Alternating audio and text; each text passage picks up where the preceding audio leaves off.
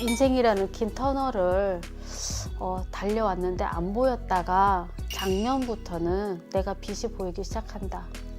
과중한 업무, 정신적인 스트레스 이런 걸로 인해서 내가 조금 힘들어요. 지금 굉장히 요즘엔 좀 피곤하기도 하고 나 몸이 안 좋아 예전처럼 이러시거든요. 근데 이 양반은 멘탈이 문제예요. 멘탈만 잡히면요. 예.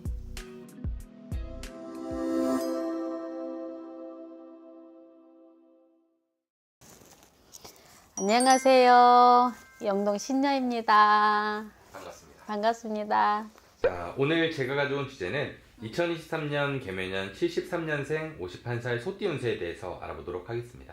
소띠? 네. 우리 소띠 분들은 정직하고 순하지.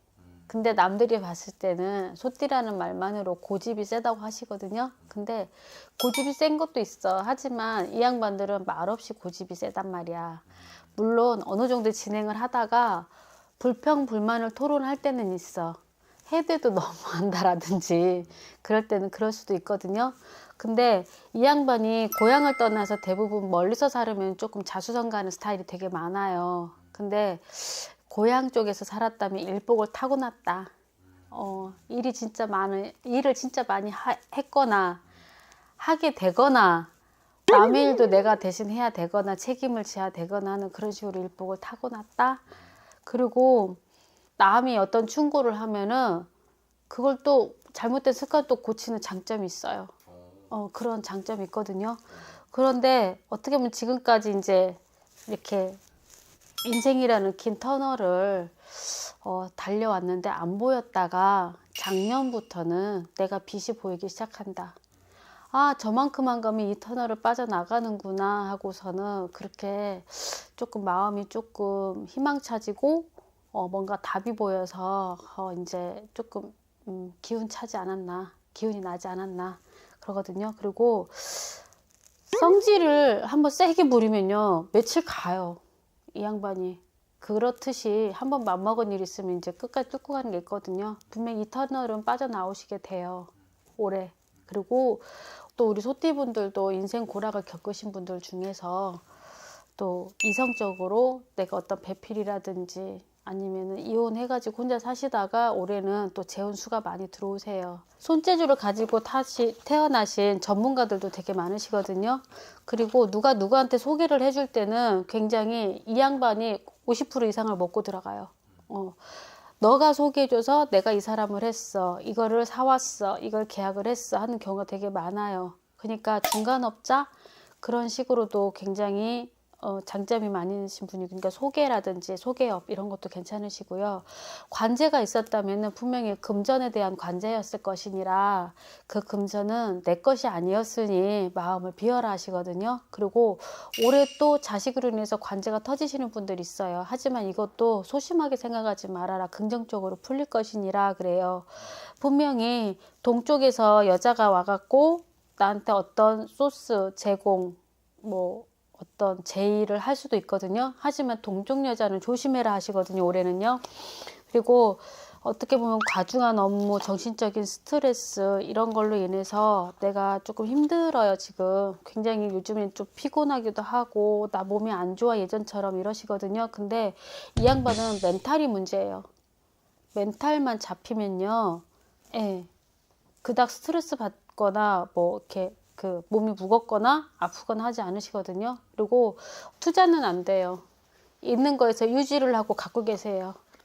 새 투자하지 마시고요. 그리고 이 돈 갖고 뭐 해볼까? 저 돈을 어떻게 끌어갖고 와볼까? 요새 이자율도 비싸잖아요. 근데 투자는 안 되는 시기다 하시고요. 7월달 내가 싸움을 한번 할 일이 있다 그래요. 12수 관제가 있거든요. 그때는 내가 잘못하면은 내 거에 있는 금전과 망신수가 같이 겹치니 7월달을 조심해서 넘어가거라 하셔요. 그리고 10월달 되면은 나를 소문을 내서 내가 어떤 명예도 아니면 내 이익도 가져올 일이 있으니 10월달 때를 기다려서 있거라. 고생 많이 했다 그러셔요. 올해는 이런 식으로 풀어가시면 될 것 같아요. 그러면 우리 51살 소띠 분들이 2023년 개묘년에 가장 좋은 것과 가장 조심해야 될 부분은 뭐가 있을까요? 자식이 둘이면 하나는 좋고 하나는 힘들게 하고요. 하지만 이 힘든 것도 내가 같이 이고지고 가야 되는 어떻게 보면은 인생 경험이에요. 엄마가 이랬어, 아빠가 이랬어, 괜찮아 하고 힘을 줘야 되는 자식이 생기고요. 또 11월 하반기에 가다 보면 이 자식이 또 어떤 그 단계를 거쳐서 또 확 피고 일어나요. 그러니까 어떻게 보면은 흉한 끝에 길로 바뀌는 운세거든요. 그리고 또 장사하시는 분들이 있어요. 장사하시는 분들도 불안권에 나올 수가 있어요. 갑자기 촬영이라든지 뭐 이런 말 해도 되나? 뭐 내 고향 뭐 메시 하는 그런 프로그램 있잖아요. 그런데도 갑자기 인물이 나오면서 홍보가 된다. 10월, 11월, 12월에는 내가 그런 좋은 수도 있으니 힘내시고, 만약에 직장인 같은 경우에는요, 나의 인지도가 더 높아지면서 호봉수도 더 높아가요. 그리고 또 이제 사주마다 틀리지만은 외국에 혹시 나갔다가 들어와야 되는 일이 이제 출장 같은 그런 일이 있거든요. 그러면은 그 일도 한 번쯤은 나갔다 들어오세요. 굉장히 좋은 기운 갖고 들어오시게 되거든요. 아셨죠? 만에 하나 작년 수전에 내가 다쳐서 이게 흉터로 남았잖아요. 그러면 이 양반은 3년 동안 애군액살이 없어요.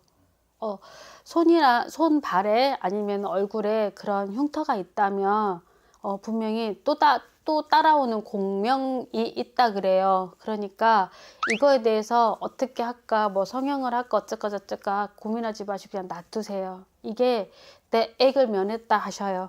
갈수록 좋은 운기이니 영동 신야 믿고 가봅시다. 감사합니다. 감사합니다.